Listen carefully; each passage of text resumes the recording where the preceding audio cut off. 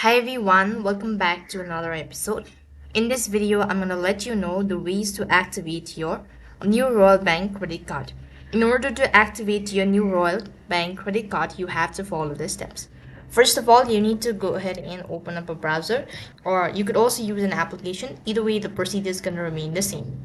So here, what next you have to do is on the web address bar, type in the link that is www.apps.royalbank.com/apply/activate.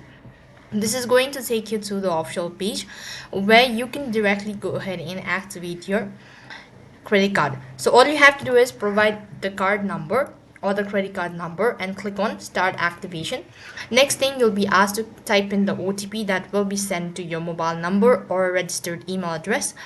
Moving on, you have to create a PIN and you'll be notified with a statement that you've successfully activated your credit card. So in this simple way, you could go ahead and activate your Royal Bank credit card. That's all for this video.